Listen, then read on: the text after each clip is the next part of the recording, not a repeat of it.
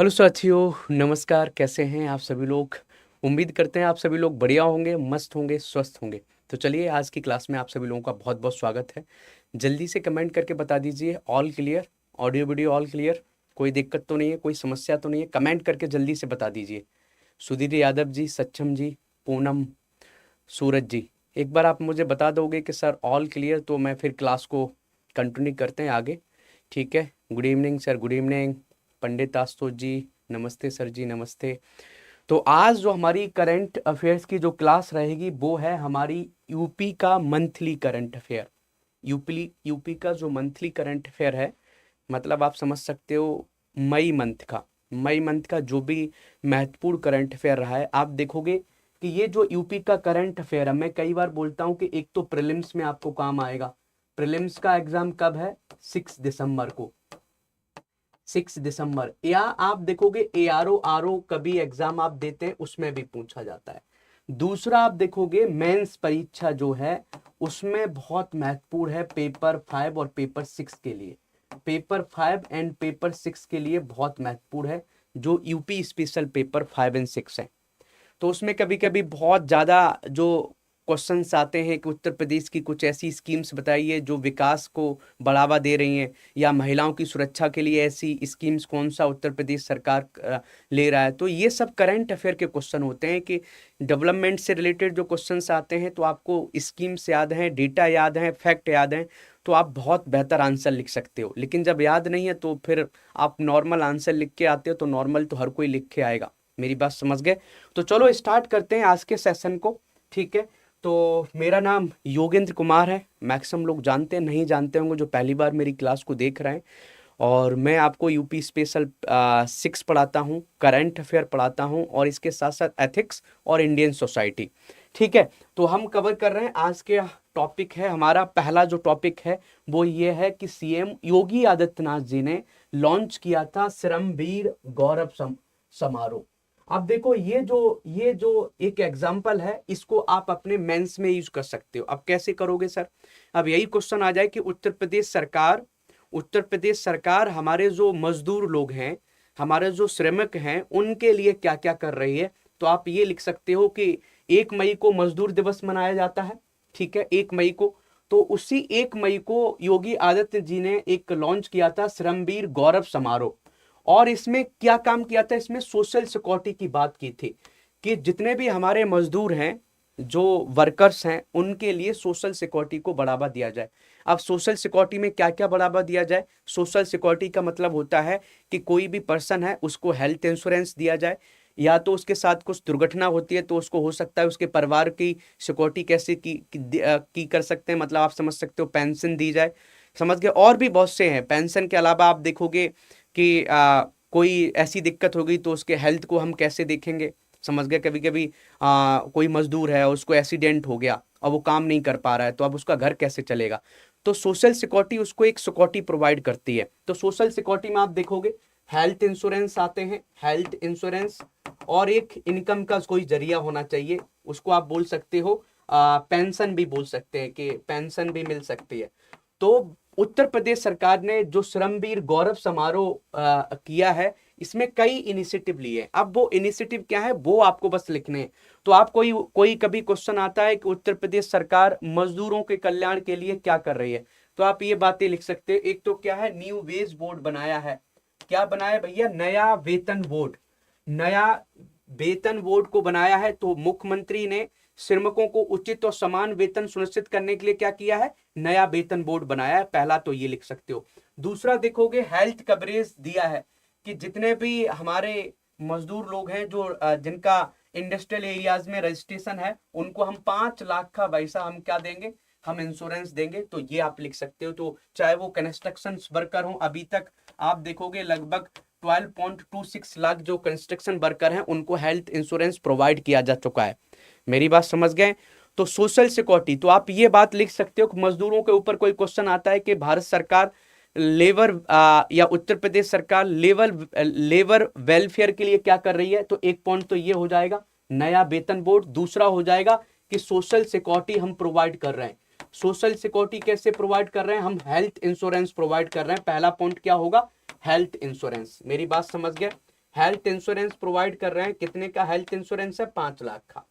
ठीक है, और क्या है? तीसरा पॉइंट होगा digital app, digital labour app, कि जितने भी श्रमिकों को उनके रोजगार के अवसर से सीधे कोई पर्सन मान लो कहीं काम ढूंढ रहा है तो वो डिजिटल लेबर ऐप पर जाके काम ढूंढ सकता है और डिजिटल लेबर चौक का उपयोग कर सकता है। तो एक तो ये है, एक नया इनिशिएटिव है। जो लोग काम ढूंढना चाहते हैं और श्रमिक हैं तो वो क्या कर सकते हैं? डिजिटल लेबर ऐप पर काम ढूंढ सकते हैं। और क्या है? हेल्थ केयर इंफ्रास्ट्रक्चर भी बनाया जा रहा है, आप ये भी लिख सकते हो। तीसरा पॉइंट ये। चौथा पॉइंट क्या है? Health care infrastructure. तो आप देखोगे ग्रेटर नोएडा में एक ESIC हॉस्पिटल बना है, समझ गए? तो ये मजदूरों को सपोर्ट करेगा। और क्या कर सकते हो? पांचवा पॉइंट, बहुत अच्छा पॉइंट ये है कि एजुकेशन फॉर वर्कर्स चिल्ड्रन। तो जितने हमारे मजदूर लोग हैं या श्रमिक हैं, हमारे श्रमिकों के बच्चों के लिए उनकी शिक्षा को बढ़ावा देने के लिए उत्तर प्रदेश सरकार ने अटल आवासीय विद्यालय चलाए। कितना अच्छा पॉइंट है। तो देखो आपका आंसर यहीं पर मिल गया। मैं क्या समझाना चाहता हूं, जब भी आपको पढ़ाई करना है, करंट अफेयर जब भी पढ़ना है, आपके दिमाग में ये चलना चाहिए इसको हम मेंस में कैसे यूज करें। अब कितने लोग हैं मेंस में कोई क्वेश्चन आ जाए कि उत्तर प्रदेश सरकार हमारे श्रमिकों के कल्याण के लिए क्या क्या कर रही है, कितने लोग लिख लेंगे? जल्दी से बताओ, लिख लोगे? ये कितने पॉइंट हो गए कि श्रमिकों के बच्चों के लिए एजुकेशन में काम कर रही है, अटल आवासीय विद्यालय खोले जा रहे हैं, स्वास्थ्य सेवा के लिए हॉस्पिटल्स खोले जा रहे हैं। उस हॉस्पिटल का नाम क्या है? ESIC hospital. उनको काम देने के लिए डिजिटल लेबर ऐप किया जा रहा है। सोशल सिक्योरिटी का जिक्र कर सकते हो। कर लोगे कि नहीं कर लोगे? मेरी बात बताइए।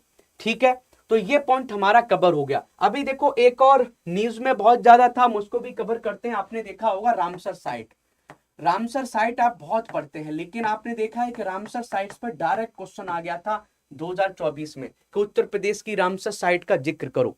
तो रामसर साइट्स क्यों बनाई गई हैं, पहले तो ये समझ में आना चाहिए।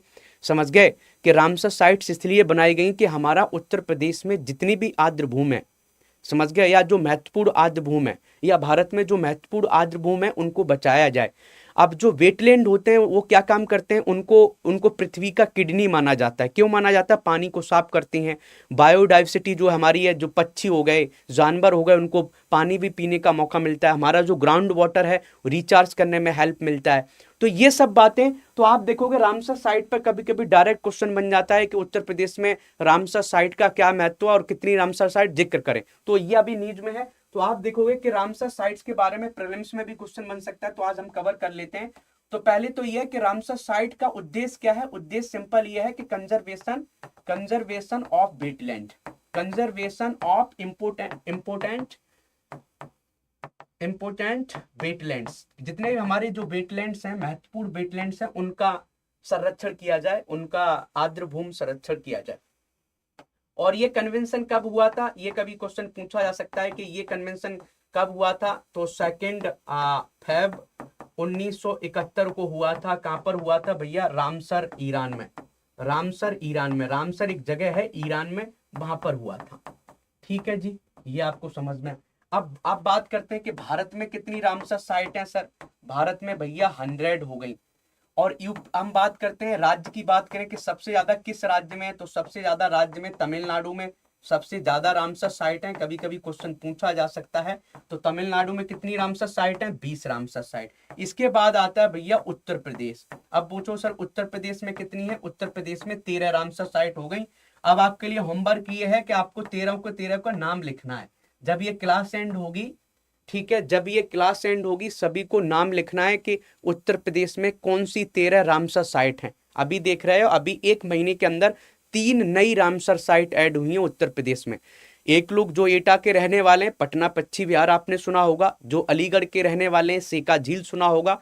जो बलिया के रहने वाले हैं, सुराताहाल, वो अभी ऐड हुआ है। 100 में वही बना है। समझ गए। अब हम विश्व की बात करते हैं कि सर विश्व में बात कर लेते हैं कि विश्व में सबसे ज्यादा कौन से देश में रामसर साइट है। तो आप देखोगे यूके, यूनाइटेड किंगडम में लगभग 176 है। दूसरे नंबर पर मैक्सिको आता है, मैक्सिको में लगभग 144 है। और तीसरे नंबर पर कौन आता है? इंडिया। इंडिया में भाई साहब कितनी हो गई? 100 हो गई। तो 100, तो ये विश्व की बात। और कभी कभी यह भी क्वेश्चन आ जाता है कि आप ये बताओ कि वेटलैंड डे कब मनाया जाता है। वेटलैंड डे वेटलैंड डे कब मनाया जाता है, जिसको आर्द्रभूमि दिवस बोलते हैं, तो जब ये कन्वेंशन हुआ था उसी दिन मनाया जाता है। तो ये कन्वेंशन कब हुआ था, 2 फेब को, तो 2 फेब को ही मनाया जाता है। बताओ कितने लोगों को ये चीजें समझ में आ गई, बताइए भाई, यहाँ तक चीजें क्लियर हैं? यहाँ तक चीजें क्लियर हैं। हमने सिंपल ये समझाया कि भारत में 100 रामसर साइट हो गई, उत्तर प्रदेश में 13 रामसर साइट हैं।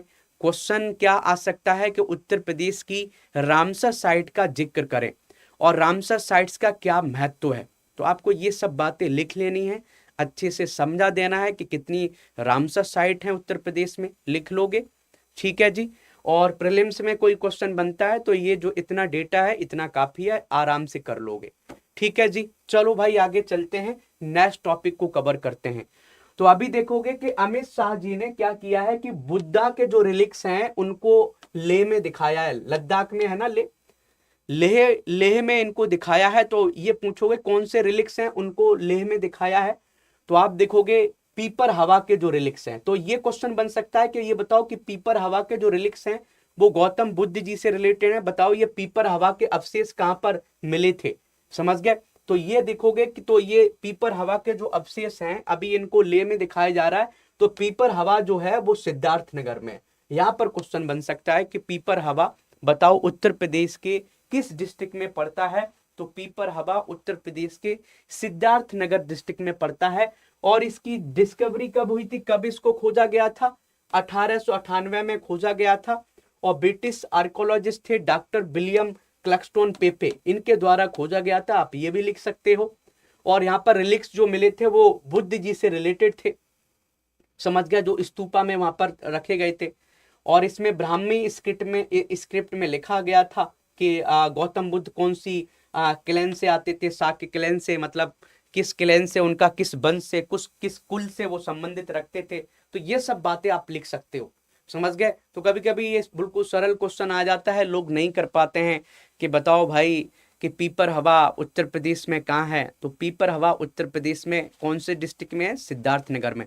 और ये क्यों फेमस है, इसलिए फेमस है क्योंकि यहाँ पर गौतम बुद्ध जी के रिलिक्स मिले थे, ठीक है, यहाँ तक क्लियर है। तो ये सब पॉइंट आपको बहुत अच्छे से समझ में आ गया होगा। आगे चलते हैं, नेक्स्ट हम टॉपिक की बात करते हैं। जो हमारा तीसरा टॉपिक है वो है फॉरेस्ट राइट एक्ट। तो ये इलाहाबाद हाई कोर्ट ने अभी बहुत अच्छी एक आप समझ सकते हो एक गाइडलाइंस निकाली थी कि जितने भी हमारे हमारे आदिवासी लोग हैं उनको जंगल जहाँ पर रहते हैं, जिस भी एरिया में रहते हैं, उनको निकाला नहीं जाए।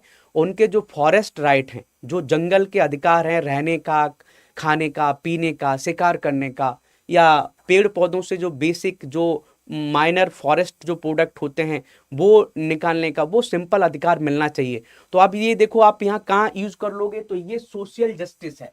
ये सोशल जस्टिस में आप इसको यूज कर सकते हो। सोशल जस्टिस क्या होता है, सामाजिक न्याय। और सामाजिक न्याय मेंस के किस पेपर में आता है, GS2 में। तो GS2 में कोई भी क्वेश्चन आता है कि हमारे हमारे उत्तर प्रदेश में हमारे आदिवासी हैं, आपने देखा उत्तर प्रदेश में बहुत से आदिवासी हैं, गोंड आपने देखा होगा, थारू जनजाति देखी होंगी।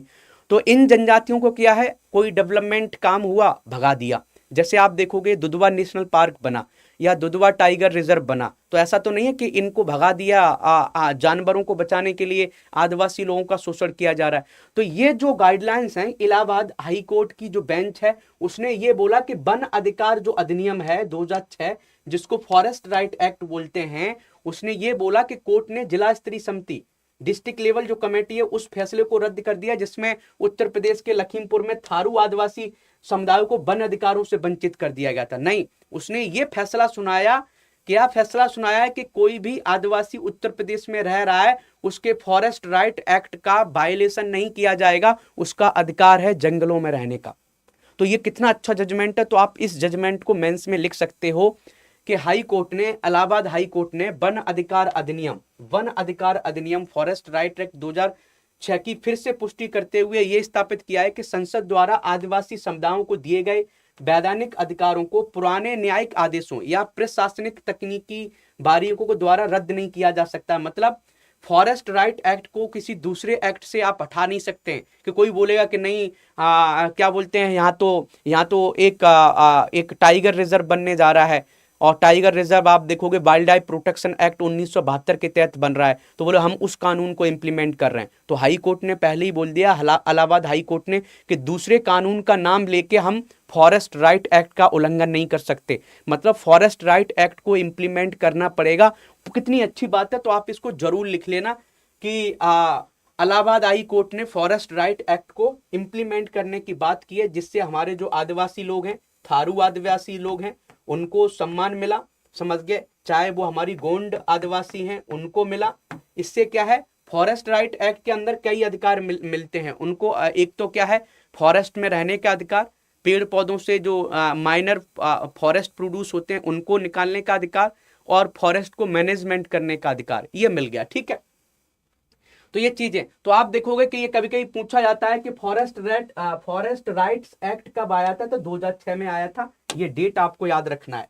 ठीक है, और तो हमने आपको समझा दिया है कि फॉरेस्ट राइट एक्ट हमारे आदिवासी लोगों के फंडामेंटल राइट के लिए बहुत काम करता है। अब आगे चलते हैं, ये बहुत महत्वपूर्ण है, यहाँ पर क्वेश्चन पूछने के बहुत चांसेस हैं कि उत्तर प्रदेश में जो शुगर केन है ना, उसका FRP बढ़ा दिया है। जैसे आपने देखा है, गेहूं की फसल है, गन्ने की फसल है, या और भी जो फसल है, उनके लिए मिनिमम आप देखोगे गेहूं हो गया, चावल हो गया, समझ गए। तो गन्ने की फसल के लिए जैसे FRP होती है, वैसे ही दूसरी फसलों के लिए मिनिमम सपोर्ट प्राइस होता है, आपने देखा होगा। तो मिनिमम सपोर्ट प्राइस कितनी फसलों के लिए दिया जाता है, 23 फसलें हैं लगभग मिनिमम सपोर्ट प्राइस, कि सरकार बोलती है कि आप इनका उत्पादन करो, चाहे गेहूं है चाहे चावल है, हम आपको एक मिनिमम प्राइस पर लेंगे। ऐसी गन्ने की फसल के लिए सरकार ने क्या बोला है कि हम क्या करेंगे, आपको फेयर एंड रिम्यूनरेटिव प्राइस देंगे, जिसको FRP बोलते हैं। तो आप बोलोगे कि ये क्वेश्चन बन सकता है कि बताओ सरकार ने 1 क्विंटल पर कितना रुपए बढ़ाया है, तो आपको ये पता होना चाहिए कि सरकार ने 1 क्विंटल पर 10 रुपए बढ़ाया है। कहने का मतलब पहले कितना मिलता था, 1 क्विंटल पर 355 रुपए मिलता था पहले, और 10 रुपए बढ़ा दिया है। तो कहने का मतलब 10 रुपए बढ़ा दिया तो कितना हो जाएगा भैया, 365 रुपए हो गया पर क्विंटल के लिए, 365 रुपए हो गया। तो ये नंबर आपको याद रखना है कि अब कितना हो गया FRP। ये यहां पर क्वेश्चन बन सकता है कि आप ये बताइए कि गन्ने की फसल के लिए भारत सरकार ने जो हमारा FRP रखा है 1 क्विंटल के लिए कितना रखा है, तो 365 रुपए रखा है। कितने लोगों को समझ में आ गया? तो ये क्वेश्चन पूछा जा सकता है, इसको आप कवर कर लोगे। तो सभी लोग सेशन को लाइक कर दीजिए, आपको अच्छा लग रहा है। देखो, आपको पता है कि मैं करंट अफेयर की क्लास डेली लेता हूँ सुबह 8 बजे, इस चैनल पर नहीं लेता हूँ, दूसरा चैनल है UPPCS स्टडी आई की, उस पर लेता हूँ। इस पर तो इमरान सर लेते हैं, ठीक है, जो हिंदी मीडियम के बच्चे हैं उनके लिए। यदि आपको देखना है कि मेंस को कैसे पढ़ना है, तो आप हमारी क्लास सुबह 8 बजे वाली भी ले सकते हो, ठीक है। तो मेंस के ओरिएंटेड पढ़ो। तो ये बात भी आप जिक्र कर सकते हो कि प्रीलिम्स में भी क्वेश्चन बन सकता है कि शुगर कैन का जो FRP है वो कितना हो गया है, 365 पर क्विंटल हो गया है। ये नंबर आपको याद रखना है, यहाँ क्वेश्चन बन सकता है। आप पूछोगे सर कि फेयर एंड रिम्यूनरेटिव प्राइस क्या होता है, जिसको हिंदी में उचित और लाभकारी मूल्य बोलते हैं। तो वो न्यूनतम कीमत है जो चीनी मिलों को किसानों को खरीदे गए गन्ने के लिए कानूनी तौर पर चुकानी पड़ती है। कि कोई मिल है और जो गन्ने की फसल खरीदेगा, और उसको मिनिमम प्राइस 1 क्विंटल के लिए कितना देना पड़ेगा, गन्ने की फसल के लिए 365 रुपए देना पड़ेगा। तो ये क्वेश्चन यहां पर बन सकता है, समझ गए। ये क्वेश्चन बन सकता है कि FRP में गन्ने की फसल के लिए कितना रखा गया, 365 रुपए पर क्विंटल। और ये केंद्र सरकार द्वारा तय की गई एक वैधानिक कीमत है, जिसका उद्देश्य ये सुनिश्चित करना है कि किसानों को उनकी फसल पर एक निश्चित रिटर्न मिले, भले ही चीनी मिल को लाभ हो या हानि, वो सरकार देखेगी, सरकार उनको। अब बोलोगे सर मिनिमम सपोर्ट प्राइस और फेयर रेम्यूनरेटिव प्राइस में क्या क्या अंतर है, तो मिनिमम सपोर्ट प्राइस अलग फसलों के लिए, समझ गए। तो न्यूनतम समर्थन मूल्य के विपरीत जो गेहूं और धान जैसी फसलों के लिए दिया जाता है। और भाई हम बात करते हैं FRP किसके लिए दिया जाता है, ये हमारी चीनी मिलों द्वारा किसको दिया जाता है, गन्ने की फसल के लिए दिया जाता है। और कभी कभी क्या होता है कि FRP से ऊपर भी कुछ स्टेट अपने राज्यों के किसानों को गन्ने की फसल पर ज्यादा मूल्य दे सकते हैं, उसको हम बोलते हैं SAP। तो ये भी आपको पता होना चाहिए। स्टेट एडवाइस प्राइस क्या होता है कि कभी कभी कोई राज्य जो केंद्र सरकार का जो FRP है उससे ज्यादा प्राइस दे सकता है गन्नों को जो किसान होते हैं। तो some state like Uttar Pradesh, Punjab, Haryana announce that there on sugar price called SAP और ये SAP क्या होता है, कभी कभी हायर होता है FRP से, तो समझ गए। तो ये कभी कभी इसको SAP बोलते हैं कि स्टेट एडवाइस प्राइस, तो ये FRP से ज्यादा होता है। तो मैं आपको ये बताना चाहता हूं, आपको कुछ नहीं याद रखना, तो आपको ये याद रखना है कि बताओ गन्ने की फसल के लिए कितना FRP रखा है। तो FRP आपको याद रखना है भैया 365 रुपए प्रति क्विंटल रखा है, ये प्रीलिम्स में पूछा जा सकता है। अब हम बात करते हैं, बहुत अच्छा टॉपिक है, पांचवा टॉपिक ये है कि फ्रूट होराइजन 2026 ये इवेंट हुआ है, बताओ ये कहां पर हुआ है। ये डायरेक्ट क्वेश्चन पूछा जाएगा कि फ्रूट होराइजन 2026 हुआ है, तो बताओ ये इवेंट कहां पर हुआ। तो आपको याद होना चाहिए लखनऊ उत्तर प्रदेश में हुआ है। अब बोलोगे सर ये फ्रूट होराइजन का उद्देश्य क्या था, इसका सिंपल उद्देश्य ये था कि किस तरीके से हमको भाई साहब जो हमारे जो फल उत्पादन हो रहे हैं इनका एक्सपोर्ट कैसे बढ़ाएं, कैसे सऊदी अरेबिया में हम इनका एक्सपोर्ट बढ़ाएं। जैसे आप देखोगे अभी लखनऊ में आम का उत्पादन बहुत होगा, आम देखोगे, आम सबसे ज्यादा लखनऊ के आसपास होता है। आप देखोगे जो खपत है आसपास के लोग वो तो चलो आम खाते हैं, इसके अलावा जो ज्यादा आम हो रहा है उसको हम कहाँ बढ़ाएं, उसका एक्सपोर्ट करें। तो एक्सपोर्ट कहाँ कर सकते हैं, सऊदी अरेबिया हो गया, यूरोपियन कंट्रीज हो गई, समझ गए, अमेरिका हो गया। तो हमारे जितने भी फल हैं, फल के एक्सपोर्ट को बढ़ाने के लिए फ्रूट होराइजन एक इवेंट हुआ था, लखनऊ में हुआ था, ये आपको याद रखना है। और लखनऊ में कहां पर हुआ था, केंद्रीय उपोष्ण बागवानी संस्थान में हुआ था, जो लखनऊ में स्थित है। और यहां पर हमारे जो केंद्रीय मंत्री हैं शिवराज सिंह चौहान भी आए थे, समझ गए। और इसका उद्देश्य क्या है कि जो हमारे किसान उत्पादक संगठन है उनको मजबूत करना है, समझ गए, और हमारे जो फल हैं फल के एक्सपोर्ट को बढ़ावा देना है। ये सब बातें आप लिख लोगे, तो जिससे क्या है, हमारे फलों की गुणवत्ता अच्छी करनी है और निर्यात को बढ़ावा देना है। गुणवत्ता कैसे अच्छी करनी है, अभी आपने देखा कि जापान में कुछ आम भेजे गए थे, उनको रिटर्न कर दिया। अब बोलोगे सर आज जापान में आम को रिटर्न क्यों कर दिया, क्योंकि जो आम भेजे गए थे उनमें पेस्टिसाइड ज्यादा था, मतलब हमने ज्यादा केमिकल्स यूज किया। तो जब केमिकल्स यूज करोगे तो प्रोडक्ट विदेशी लोग नहीं खरीदेंगे कि अरे भारत के तो जो फल हैं उनमें बहुत ज्यादा केमिकल्स होते हैं, तो कौन खरीदेगा। तो इसलिए फ्रूट होराइजन का जो उद्देश्य है भाई साहब वो ये है कि हमारे जो फल हैं उनकी क्वालिटी अच्छी रखी जाए और एक्सपोर्ट को बढ़ाया जाए, और हमारे फूड प्रोसेसिंग इंडस्ट्री को बेहतर किया जाए, और हमारी जो इंडस्ट्री है, टेक्नोलॉजी है, इनोवेशन है, उसको और बेहतर किया जाए कि हम कैसे अपने फलों का जो प्रोडक्शन है उसको बढ़ा सकते हैं। कितने लोगों को समझ में आ गया भाई, क्लियर है यहाँ तक। तो फ्रूट होराइजन के ऊपर कोई क्वेश्चन आता है तो याद रखना, क्वेश्चन कैसे बन सकता है वो भी हम आपको बता देते हैं। प्रश्न ऐसे बन सकता है, प्रश्न ऐसे बन सकता है, हाल ही में फ्रूट होराइजन इवेंट हुआ था, फ्रूट होराइजन प्रोग्राम हुआ था, ऐसे करके लिख सकते हो, प्रोग्राम हुआ था जिसका मुख्य उद्देश्य फलों के निर्यात को बढ़ाना है, फलों के निर्यात को बढ़ाना है, ठीक है। आप उसने उद्देश्य भी बता दिया। ये इवेंट ये प्रोग्राम कहाँ हुआ है, ये प्रोग्राम कहाँ आयोजित हुआ है, ये क्वेश्चन बन सकता है। ये प्रोग्राम कहाँ आयोजित हुआ है, अब क्वेश्चन पूछा कहाँ आयोजित हुआ है, कहाँ आयोजित हुआ है, समझ गया। अब ऐसा क्वेश्चन बन सकता है, बहुत सिंपल, वन लाइनर। अब ऑप्शन में होगा भाई साहब, एक ऑप्शन होगा दिल्ली, समझ गया, दूसरा ऑप्शन होगा कोलकाता, तीसरा ऑप्शन होगा भाई साहब लखनऊ, और चौथा ऑप्शन होगा जयपुर। अब देखो भाई, नहीं पढ़ोगे तो तुक्का मारो, अब पढ़ा होगा तो तुरंत आंसर निकाल लोगे कि सर और आंसर इसका सी है। क्या है इसका आंसर भाई, आंसर क्या है इसका, सी है। तो क्वेश्चन कभी कभी डायरेक्ट ऐसे बन सकते हैं कि हाल ही में फ्रूट होराइजन प्रोग्राम हुआ था जिसका मुख्य उद्देश्य फलों का निर्यात को बढ़ाना है।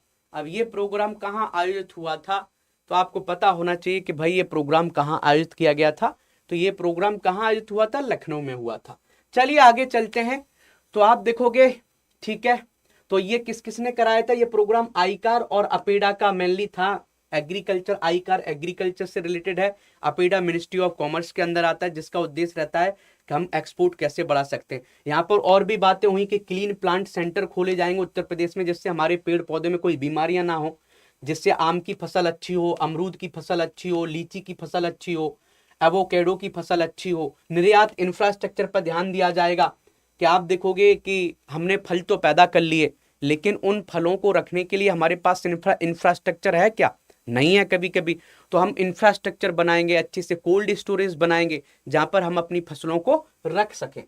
चलिए भाई आगे चलते हैं। अब नेक्स्ट हमारा जो टॉपिक है, 6 टॉपिक है, ये बहुत महत्वपूर्ण है। यहाँ पर क्वेश्चन पूछने के बहुत चांसेस हैं और मुझे लगता है कि ये लगभग 99% चांसेज है कि ये आपके प्रीलिम्स में क्वेश्चन पूछा जाए 6 दिसंबर को। आप बोलोगे सर ये क्या है? तो ये क्वेश्चन बन सकता है कि नॉर्थ टेक सिंपोजियम बताओ ये कहाँ हुआ है। ये एक ऐसा इवेंट था जिसमें हमें डिफेंस सेक्टर में जो नई नई तकनीकियां आ रही हैं वो प्रेजेंट की जाए। समझ गए?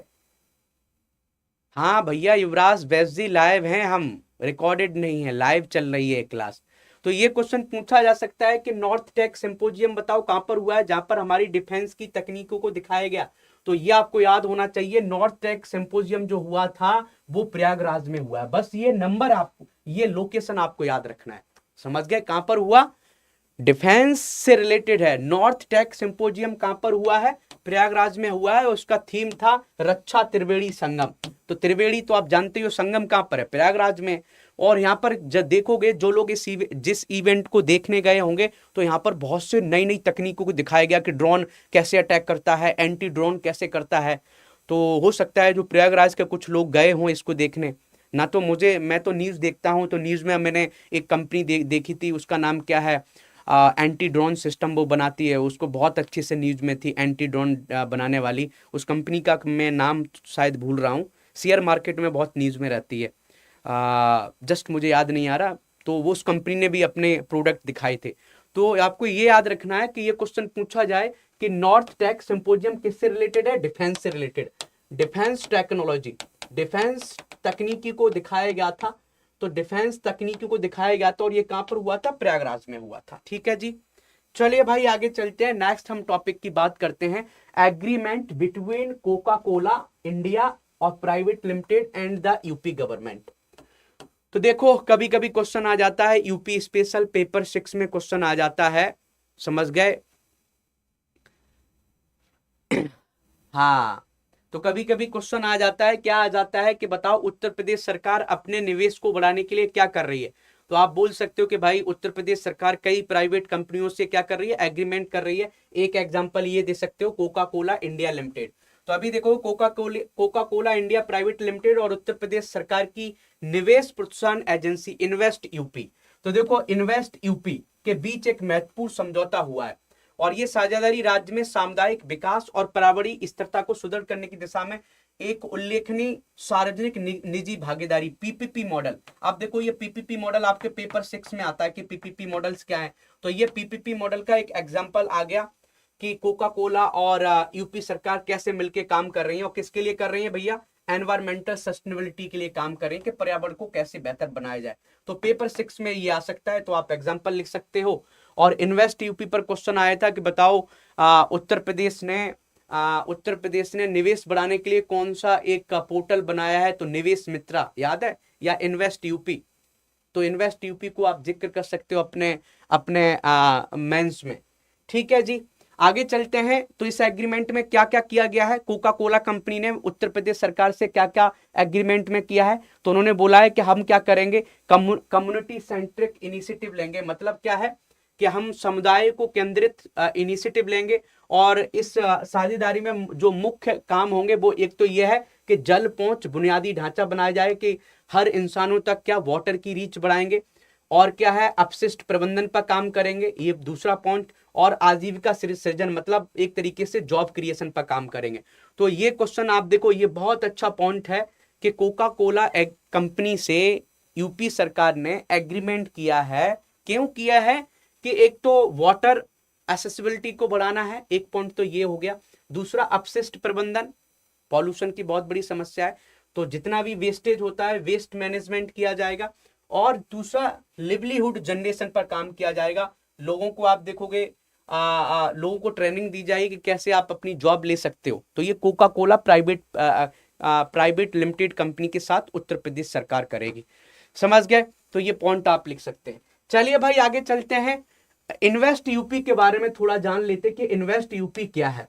तो इन्वेस्ट यूपी है, इन्वेस्ट यूपी उत्तर प्रदेश सरकार का एक प्रमुख निवेश संवर्धन और सुविधा एजेंसी है। इसे पहले उद्योग बंधु के नाम से जाना जाता था। किस नाम से? पहले इसको उद्योग बंधु के नाम से जाना जाता था, लेकिन बाद में क्या हुआ, इसका नाम बदल के इन्वेस्ट यूपी कर दिया।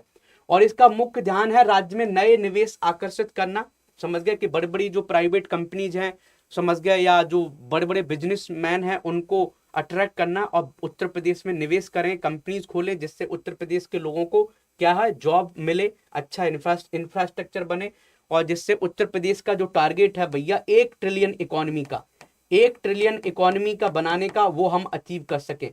$1 ट्रिलियन की इकोनॉमी बाई 2029, 2029 तक हम कितनी $1 ट्रिलियन की इकोनॉमी को अचीव कर सके। तो वो कैसे होगा? निवेश करके होगा। तो निवेश को बढ़ाने के लिए उत्तर प्रदेश सरकार ने क्या इनिशिएटिव लिया है भैया, बताओ? निवेश को बढ़ाने के लिए उत्तर प्रदेश सरकार ने इन्वेस्ट यूपी, समझ गए, इन्वेस्ट यूपी या निवेश मित्रा पोर्टल बनाया है। ठीक है, चलिए आगे चलते हैं। अब नेक्स्ट हम बात करते हैं 7th पॉइंट की, हम बात करते हैं भैया ग्रांड विमेंस कॉन्फ्रेंस हुआ है, महिलाओं से रिलेटेड है। ग्रांड विमेंस कॉन्फ्रेंस बताओ कहां हुआ है? तो ये वाराणसी में हुआ है। डायरेक्ट क्वेश्चन बन सकता है, ग्रांड विमेंस कॉन्फ्रेंस बताओ कहां हुआ? वाराणसी में। तो प्रधानमंत्री श्री नरेंद्र मोदी ने 7 मई 2026 को अपने संसदीय क्षेत्र वाराणसी में एक भव्य महिला सम्मेलन में भाग लिया। लगभग 6,350 करोड़ की विकास परियोजनाओं को यहाँ पर उद्घाटन भी किया। समझ गए? प्रधानमंत्री ने 1,050 करोड़ से अधिक 48 पूरी हो चुकी परियोजना का उद्घाटन भी किया था। तो यहाँ पर बहुत सी परियोजनाएं थी उनका, और 2 नई अमृत भारत एक्सप्रेस ट्रेनों को भी हरी झंडी दिखाई। और ये कहां से? ये वाराणसी पंडित दीनदयाल उपाध्याय जंक्शन से रेल लाइन के निर्माण का शिलान्यास भी किया, जिसमें गंगा नदी पर एक नया पुल भी। तो बहुत सी, तो ये देखो, ये तो सब डेवलपमेंट इवेंट्स थे जो मोदी जी ने, जो भी प्रोजेक्ट चल रहे थे उनका उद्घाटन किया। लेकिन ये क्वेश्चन पूछा जा सकता है कि ग्रांड विमेंस कॉन्फ्रेंस बताओ उत्तर प्रदेश में कहां हुआ? तो ये वाराणसी में हुआ। और इस इवेंट में भाग लेने कौन आए थे? मोदी जी लेने आए थे। इतना आप लिख सकते हैं। ठीक है जी, चलिए भाई आगे चलते हैं। नेक्स्ट हम बात करते हैं क्राइम्स ट्रेंड्स इन उत्तर प्रदेश। अब देखोगे ये डेटा बहुत अच्छा मिल रहा है, और इसको पेपर 5 में आप यूज कर लोगे। पेपर 5 आपको कौन पढ़ाएंगे? सुमित अरोड़ा सर, जो यूपी स्पेशल के, एक तो पेपर 5 है सुमित सर पढ़ाएंगे, पेपर 6 मैं पढ़ाऊंगा। तो पेपर 5 में कभी कभी लॉ एंड ऑर्डर पर क्वेश्चन आता है, याद होगा, law and order Uttar Pradesh का कैसे है। तो ये जो रिपोर्ट आती है, ये crime trends in Uttar Pradesh, तो आपने देखा होगा एनसीआरबी की रिपोर्ट आती है, एनसीआरबी। तो ये डेटा बहुत अच्छा रहता है, नेशनल क्राइम रिकॉर्ड ब्यूरो का डेटा है। तो नेशनल क्राइम रिकॉर्ड ब्यूरो की रिपोर्ट क्राइम इन इंडिया 2024 के अनुसार उत्तर प्रदेश ने भारतीय न्याय संहिता बीएनएस और भारतीय दंड संहिता आईपीसी श्रेणी के तहत कुल अपराध दर के मामले में कई बड़े राज्यों से बेहतर प्रदर्शन किया। मतलब उत्तर प्रदेश में अब जो क्राइम रेट है वो कम हो रहा है। अब ये डेटा अच्छा है तो अच्छा दिखाओ, खराब है तो खराब जगह दिखाओ। अब कैसे यूज करना है? पहले तो ये डेटा हम लिखते हैं, राज्य में प्रति लाख आबादी पर अपराध कितना है भैया? 180.2 दर्ज की गई है, जो राष्ट्रीय औसत से कम है। तो आप देखोगे नेशनल लेवल पर कितना? 252 है। तो ये आप डेटा के थ्रू दिखा सकते हो ऐसे कि भैया जो क्राइम रेट है, क्राइम रेट पर क्राइम रेट लिख सकते हो, क्राइम रेट पर लाख, मतलब 1 लाख पर कितना है? 1 लाख। तो आप देखोगे 1 लाख पर कितना, आप दिखाओ नेशनल लेवल पर कितना है क्राइम रेट, तो 252 दिखा दो कि 252 हो रहे हैं। यूपी लेवल पर कितना है? ये थोड़ा कम है, 180 है। तो ये कितना अच्छा कंपेयर करा दिया, यूपी पर इतना है और इंडिया लेवल पर इतना है। तो कहने का मतलब ये है कि यूपी में लॉ एंड ऑर्डर अच्छा हो रहा है। तो कितने लोगों को डेटा फैक्ट दिखाना सीख गए हमारी क्लास से? बताओ कितने लोगों को समझ में आया कि करंट अफेयर के डेटा को हम कैसे दिखाएंगे? बताइए जी, जल्दी से बताओ, कमेंट करके बताओगे तभी हम आगे बढ़ेंगे, नहीं तो नहीं बढ़ेंगे। बताओ कितने लोगों को। ये देखो स्मार्ट तरीके हैं कि भाई मेंस को हम बेहतर कैसे करें, ना तो प्रीलिम्स तो आप कई जगह पढ़ते रहोगे, कोई दिक्कत नहीं है। ठीक है, ठीक है। तो ये आप दिखा सकते हो कि क्राइम रेट पर 1 लाख पॉपुलेशन, तो 1 लाख पॉपुलेशन पर नेशनल लेवल पर 252 क्राइम्स होते हैं और यूपी में भाई साहब 180 होते हैं। कहने का मतलब यूपी में कम क्राइम रेट हो रहा है पर लाख पॉपुलेशन की बात हो रही है। चलिए और देखते हैं। रिपोर्ट के अनुसार उत्तर प्रदेश ने ज्यादातर गंभीर अपराधों की श्रेणियों में राष्ट्रीय औसत से बेहतर प्रदर्शन किया है। बोले ये क्या है? हत्या की हम बात करें तो राज्य दर 1.3 है और नेशनल लेवल पर 1.9 है, तो उससे भी कम है, ये भी बहुत अच्छी बात है। बलात्कार की हम बात करें तो ये राज्य दर कितना है? 2.8 है और राष्ट्रीय कितनी है? नेशनल लेवल पर 4.3 है, इसमें भी हम कम कर रहे हैं। महिलाओं के विरुद्ध अपराध देखोगे 58 हो रहे हैं, राष्ट्रीय औसत पर 64 हो रहे हैं, इसमें भी हम बेहतर हैं नेशनल लेवल के। बच्चों के विरुद्ध अपराध 22 हो रहे हैं उत्तर प्रदेश में और राष्ट्रीय औसत भाई साहब 42 है, इसमें भी हम। पॉक्सो एक्ट के मामले राज्य दर 9.5 है और नेशनल लेवल पर 15.6 है। साइबर अपराध देखोगे 4.6 है और नेशनल लेवल पर 7.3 है। तो आप देखोगे उत्तर प्रदेश हर जगह बेहतर काम कर रहा है क्राइम्स कंट्रोल करने में, हम ये आपको बताना चाह रहे हैं। मेरी बात समझ रहा है? तो ये डेटा आप यूज कर लेना अपने मेंस के पेपर में। लेकिन कुछ चीजें जहां पर कंसर्न है वो यहाँ पर नेगेटिव है। नेगेटिव क्या है वो आप दिखा सकते हो कि दहेज से जुड़ी मौतें एक गंभीर समस्या है उत्तर प्रदेश के लिए। तो आप देखोगे कि जो दहेज की दर है ना उत्तर प्रदेश में वो 1.8 की दर है और ये आप देखोगे जो हमारा औसत है वो 0.8 है। कहने का मतलब ये है कि दहेज प्रथा के जो इश्यूज हैं वो उत्तर प्रदेश में बहुत ज्यादा हो रहा है। तो एक नेगेटिव पॉइंट आपको ये मिला है कि अभी भी जो आप देखोगे दहेज से जुड़ी जो मौतें हैं वो उत्तर प्रदेश में ज्यादा हो रही हैं नेशनल लेवल पर। तो कंपेयर करा दो, कंपेयर क्या है, हम बात करें इंडिया लेवल पर आप देखोगे ये कितना आ रहा है, बहुत कम है, 0.8 है। और यूपी पर आप देखोगे, यूपी में आप ये कितना है, 1.8 के आसपास है, 1.8 के आसपास है। ये कंपेयर करा सकते हो कि 1.8 के आसपास है। तो ये अच्छा पॉइंट है। Women safety and conviction rate, तो ये थोड़ा अच्छा है कि उत्तर प्रदेश में क्राइम्स रेट महिलाओं के प्रति थोड़े ज्यादा हैं, लेकिन उसमें कुछ को कन्विक्शन किया जा रहा है, कुछ को दोषी सिद्ध किया जा रहा है, कुछ को नहीं किया जा रहा है। ये पॉइंट भी आप लिख लोगे। तो ये जो हमारा डेटा था पेपर 5 में आप बहुत अच्छे से यूज कर लोगे। कहां पर यूज कर लोगे? पेपर 5 में यूज कर लोगे। कहां पर यूज कर लोगे आप? पेपर 5 में आप यूज कर लोगे। अब हम एक बात और बताना चाहते हैं। बहुत से लोग बोलते हैं कि सर योगेंद्र सर आप क्या क्या पढ़ाते हैं। मैंने आपको पहले ही बता दिया, मैं आपको करंट अफेयर पढ़ाता हूँ, ठीक है, यूट्यूब पर पढ़ाता हूँ, डेली पढ़ाता हूँ सुबह 8 बजे UP PCS study IQ channel पर। यहाँ पर हमारा वीकली करंट अफेयर रहता है उत्तर प्रदेश से रिलेटेड और मंथली करंट अफेयर रहता है उत्तर प्रदेश से रिलेटेड इस चैनल पर, और डेली करंट अफेयर हम दूसरे चैनल पर पढ़ाते हैं। अब आते हैं कि हम सर पेड बैच में क्या क्या पढ़ाते हैं। यूपी स्पेशल पेपर 6 पढ़ाता हूँ, इंडियन सोसाइटी पढ़ाता हूँ, एथिक्स पढ़ाता हूँ। तो बहुत से लोग बोलते हैं कि सर आपके बैच कौन कौन से हैं। तो अभी देखो हमारा फाउंडेशन बैच स्टार्ट हो रहा है, आरंभ बैच, और ये आरंभ बैच ऐसा है जिसमें प्रीलिम्स भी कवर होगा, मेंस भी कवर होगा, पूरा इंटरव्यू भी कवर होगा, तीनों स्टेज कवर होंगी। और ये हमारा आरंभ बैच ऐसा है, हिंदी और इंग्लिश दोनों भाषाओं में पढ़ाया जाता है, कल स्टार्ट हो रहा है। तो आप इसमें डिस्काउंट चाहते हैं तो डिस्काउंट, आप इसको खरीदना चाहते हैं तो कोड लगा सकते हैं योगी लाइव। कौन सा कोड लगा सकते हैं? योगी लाइव। आप कोड लगा लीजिए, आपको डिस्काउंट मिल जाएगा। योगी लाइव लगाएंगे। अब कैसे करना है थोड़ा हम बता देते हैं, फिर हम क्लास को आगे कंटिन्यू करेंगे, क्योंकि कई बार आपके क्वेश्चन आते हैं कि सर कैसे करना है। तो आप क्या करो, आप जाइए, आप गूगल करिए, गूगल आप करेंगे, स्टडी आईक्यू पर जाएंगे, स्टडी आईक्यू को आप देखो सर्च करोगे तो ये आपको लिंक दिखेगा, study IQ IAS best online courses for UPPCS. तो आप इस पर क्लिक करिए, इस पर आप जाएंगे, जितने भी कोर्सेज हैं वो आपको सब दिख जाएंगे। तो आपको क्या करना है, थोड़ा स्क्रॉल करिए, यहाँ पर जाइए स्टेट पीएससी दिखेगा और स्टेट पीएससी में उत्तर प्रदेश दिखेगा। उत्तर प्रदेश में हम इस बैच की बात कर रहे थे, आरंभ हमारा फाउंडेशन बैच है जिसमें प्रीलिम्स मेंस इंटरव्यू सब कुछ कवर है, कल इसकी क्लास स्टार्ट हो रही है। ऐसी अभ्युदय बैच है, ये हिंदी मीडियम के बच्चों के लिए है, इसके एडमिशन 15 जून को क्लोज हो रहे हैं, आप इसको भी स्टार्ट कर सकते हैं। आलेखन बैच है, ये मेंस की तैयारी के लिए है। यूपीपीसीएस एआरओ फाउंडेशन बैच भी आ गया है, आप इसको भी ज्वाइन कर सकते हैं। प्रीलिम्स का बैच भी है, ये भी है, समझ गए, यूपीपीसीएस प्रीलिम्स का बैच है। जो भी बैच आपको ज्वाइन करना है, कोई भी बैच, ऐसी परख की मेंस सीरीज है। पेपर 5 और 6 भी मैंने पढ़ाया है, पेपर 5 और 6 रिकॉर्डेड बैच है। आपको पेपर 6 मुझसे पढ़ना है तो आप इसको देख सकते हैं। अब देखो मैं कैसे आपको बता रहा था कि आपको जैसे आरंभ बैच लेना है, कि सर मुझे डिस्काउंट मिल जाए तो कैसे, तो देखो आरंभ बैच में दो तरीके के बैच हैं, गोल्ड है 2 साल के लिए, प्लेटिनम है 4 साल के लिए।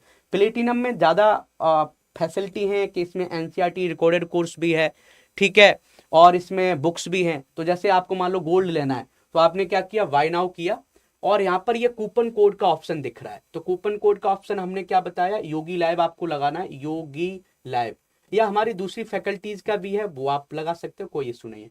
तो योगी लाइव आपने लगाया, अप्लाई किया, जैसे ही आपने अप्लाई किया तो आप देख रहे हो कि जो 15,000 का जो बैच था वो आपको 11,000 समथिंग में मिल गया। ये हमारा फाउंडेशन बैच है जिसमें प्रीलिम्स मेंस इंटरव्यू सब कुछ कवर होगा। तो किसी पर्सन को कोई लेना है बैच तो ले सकते हो, कोई दिक्कत नहीं है, ठीक है। और कहीं कहीं कहीं आपको समस्या होती है तो आप मुझे टेलीग्राम पर ही मैसेज कर सकते हैं कि सर हमको बैच लेना है या पढ़ाई से रिलेटेड कोई इशू है, तो आप मुझे टेलीग्राम पर मैसेज कर सकते हैं, कहाँ पर, @IIT BHU 13065078 पर आप मुझे मैसेज कर सकते हैं।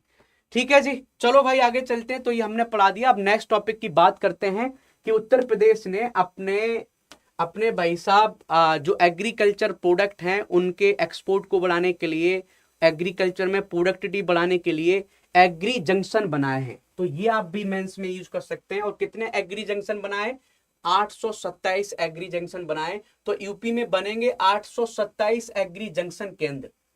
तो आप देखो कृषि स्नातकों को मिलेगा रोजगार। तो उत्तर प्रदेश सरकार ने प्रशिक्षित कृषि उद्यमी आत्मनिर्भरता एग्री जंक्शन योजना के तहत पूरे राज्य में 827 एग्री जंक्शन केंद्र स्थापित करने का निर्णय लिया है, ताकि किसानों को कृषि से संबंधित सभी आवश्यक सुविधाएं और सेवाएं एक ही स्थान पर उपलब्ध कराई जा सके। तो आप देखोगे इस योजना का संचालन कृषि या कृषि व्यवसाय प्रबंधन में स्नातक डिग्री प्राप्त व्यक्तियों द्वारा किया जाएगा। इसके लिए अधिकतम आयु कितनी है, 40 वर्ष, जबकि अनुसूचित जाति अनुसूचित जनजाति महिलाओं की आयु सीमा में 5 वर्ष की छूट रखी गई है। तो आप देखोगे हर सेंटर की अनुमानित लागत कितनी है, लगभग 4.2 लाख रुपए है, जिसमें 3.5 लाख रुपए का बैंक लोन भी शामिल है, जिस पर 7.5 की ब्याज सब्सिडी उपलब्ध है। पहले साल में लगभग 77,900 की सब्सिडी का प्रावधान किया गया है, जिसमें किराए में सहायता और ट्रेनिंग के लिए सहायता शामिल है। तो आप देख सकते हो एग्री जंक्शंस बनेंगे जहां पर एक तरीके से आपको जानकारी दी जाएगी कैसे हम अपनी एग्रीकल्चर को बेहतर बनाएं। तो ये पॉइंट मेंस में भी पूछा जा सकता है, यूज कर सकते हो। प्रीलिम्स में ऐसे क्वेश्चन बन सकता है कि उत्तर प्रदेश सरकार अभी एग्री जंक्शन बना रही है, तो बताओ कितने बना रही है, तो 827 नंबर आपको याद रखना है, यहाँ पर क्वेश्चन पूछा है, लिख लीजिएगा। आगे चलते हैं। उत्तर प्रदेश ने innovative mega tree plantation campaign चलाया है, मतलब पेड़ पौधे लगाने की बात की है। तो आप देखोगे कितने लगाने की बात की, टारगेट लिया है कि 35 करोड़ हम सैपलिंग लगाएंगे ये सिंगल डे, समझ गए, एक दिन के अंदर हम कितना लगाएंगे भाई साहब, 35 करोड़। तो ये बहुत बड़ी बात है। तो मुख्यमंत्री योगी आदित्यनाथ ने वर्ष 2026 चलाए गए विशाल वृक्षारोपण अभियान के तहत राज्य में हरित आवरण का विस्तार करने और पर्यावरण संरक्षण सुलभ बनाने के उद्देश्य से एक ही दिन में 35 करोड़ पौधे लगाने का एक महत्वाकांक्षी लक्ष्य निर्धारित किया है। आप ये लिख सकते हैं, तो आप लिखो। तो ये पॉइंट आप मेंस में भी यूज कर सकते हैं कि उत्तर प्रदेश सरकार अपने वृक्षारोपण को कैसे बढ़ा रही है, समझ गए। और इसमें नए नए तरीके के फॉरेस्ट बनाए जाएंगे। अब बोलोगे सर कितने नए नए टाइप के, तो आप देखोगे इसमें आप देखोगे समरस वन बनाए जाएंगे। अब समरस वन क्या होते हैं, अनेकता में एकता की बात की थीम पर आधारित होंगे, डिफरेंट डिफरेंट टाइप के वन लगाए जाएंगे। समृद्धि वन क्या होते हैं, किसानों की आय बढ़ाने के लिए जो कृषि जो भूमि है उसके आसपास वन लगाए जाएंगे, जो किसानों को एक तरीके से क्या देंगे, लकड़ी देंगे, फल देंगे। तो ये समृद्धि वन हो गए, ये समरस वन हो गए। और क्या है, महर्ष चरक औषधि वन, ऐसे वन होंगे जहां पर दवाइयों वाले पौधे लगाए जाएंगे, जैसे नीम का पौधा लगा दिया या और भी पौधे लगा दिए गए। तो ये आप लिख सकते हो, ठीक है। और हम बात करते हैं कपी वन लगाए जाएंगे। कपी वन क्या है, बंदरों की समस्या से निपटने के लिए, शहरी इलाकों में वन्य जीवों के घुसपैठ को कम करने के लिए, आबादी वाले इलाकों से बाहर फल देने वाले पौधे लगाए जाएंगे, जिससे बंदर हो गया, दूसरे जानवर हो गए, वो वहां पर जाके बैठे। कितने लोगों को समझ में आ गया, कपी वन भी लगाएगा उत्तर प्रदेश सरकार, कपी वन, ठीक है, सुबी सिंह। ऐसे ही आप देखोगे ऊर्जा वन भी बनाए जाएंगे। ऊर्जा वन क्या है कि ग्रामीण इलाकों में ईंधन की जरूरत को पूर्ति करने के लिए क्या लगाएगा भाई साहब, उत्तर प्रदेश सरकार ऊर्जा वन भी लगाएगा, ठीक है, ये आप लिख लो।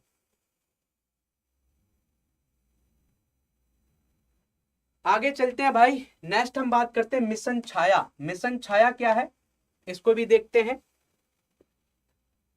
मिशन छाया गर्मी से राहत देने के लिए सड़कों के किनारे भी पौधे लगाए जाएंगे, वो मिशन छाया के तहत लगाए जाएंगे। तो उत्तर प्रदेश सरकार अलग अलग टाइप के वन लगा रही है, समझ गए, फॉरेस्ट लगा रही है। ऐसी पौराणिक वनों का पुनरुद्धार किया जाएगा। मथुरा में 36 पौराणिक वनों को फिर से जीवित करने के लिए 487 हेक्टेयर जमीन पर पर्यावरण पुनर्स्थापन का काम चल रहा है।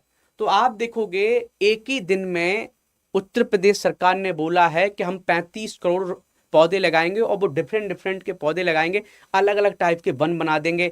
एक तो मिशन छाया, ऐसे पौधे लगाएंगे जो छाया प्रदान करेंगे, ऐसे वन बनाएंगे जो बंदरों को कंट्रोल करेंगे, समझ गए, और ऐसे वन लगाएंगे जो समृद्धि वन होंगे, महस्त्र चरक औषधि वन होंगे, समरस वन होंगे। तो ये पॉइंट आप मेंस में भी लिख सकते हो, बहुत अच्छे पॉइंट हैं, तो मेंस में जरूर आप इनको यूज करिएगा। आगे चलते हैं भाई, नेक्स्ट टॉपिक की बात करते हैं। Dream skill lab and Bhatkhande university ordinance अभी उत्तर प्रदेश सरकार ने निकाला है।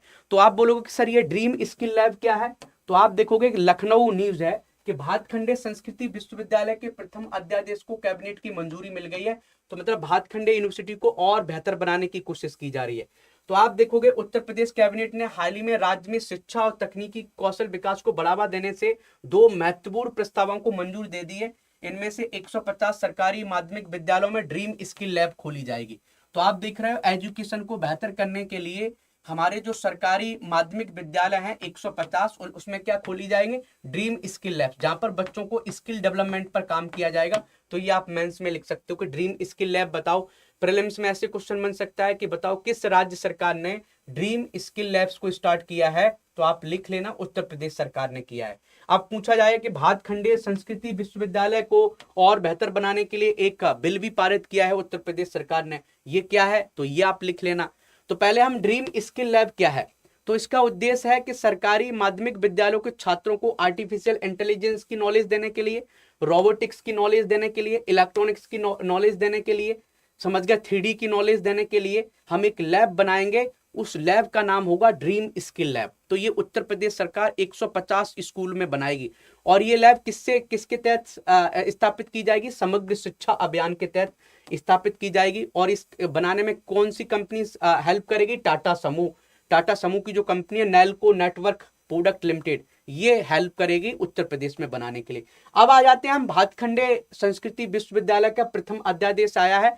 तो मंत्रिमंडल ने क्या किया है कि भातखंडे संस्कृति विश्वविद्यालय से संबंधित प्रथम अध्यादेश को मंजूरी दे दी है। और यह अध्यादेश विश्वविद्यालय के प्रभावी क्रियान्वयन के लिए प्रस्तुत किया गया है। और इसके माध्यम से विद्यार्थियों के प्रवेश, पाठ्यक्रम निर्माण, परीक्षाओं के आयोजन, उपाधियों, डिप्लोमाओं को वितरण, छात्रवृत्ति प्रशासन के व्यवस्थित प्रबंधन का मार्ग प्रस्तुत हो। मतलब भातखंडे संस्कृति यूनिवर्सिटी जो है उसमें और बेहतर एडमिनिस्ट्रेशन हो, इसके लिए बिल आया। अब आपके लिए मैं होमवर्क दे रहा हूं, आपको ये बताना है, कई बार ये क्वेश्चन आया है यूपीपीसीएस के प्रीलिम्स में, कि आप ये बताइए कि भातखंडे संस्कृति विश्वविद्यालय ये कहाँ है। एक तो ये पॉइंट आपको बताना है कि ये कहाँ है। दूसरा पॉइंट ये बताना है जब ये क्लास एंड होगी कि इसकी स्थापना कब की गई थी। 2 चीजें आपको बताना है, एक तो ये कहाँ और इसकी स्थापना कहाँ की गई थी। ये यूपीपीसीएस के प्रीलिम्स में कई बार पूछा गया है, या तो मैचिंग करने के लिए या डायरेक्ट क्वेश्चन पूछा गया है। समझ गए मेरी बात को। तो आपको क्या करना है, जब ये क्लास एंड होगी तब आपको जरूर बताना है, ठीक है जी। चलिए भाई आगे चलते हैं। फ्रूट होराइजन हमने पहले ही बता दिया कि फ्रूट होराइजन इवेंट कहाँ हो रहा है, लखनऊ में हो रहा है। और फ्रूट होराइजन इवेंट का उद्देश्य क्या है कि हमें अपने फलों के निर्यात को बढ़ावा देने के लिए इस इवेंट को करना पड़ रहा है, समझ गए। और यहाँ पर निर्यात को बढ़ावा दिया जाएगा, स्वच्छ पौधा मिशन को बढ़ावा दिया जाएगा, ठीक है। एक रिसर्च टीम भी बनाई जाएगी कि जो हमारे फलों की सुरक्षा को बढ़ावा दे, हमारे फलों की स्टोरेज को कैसे बेहतर किया जाए, ये सब काम किया जाएगा। अब आगे चलते हैं भाई। इंडिया का पहला डॉल्फिन रेस्क्यू एम्बुलेंस बन रहा है।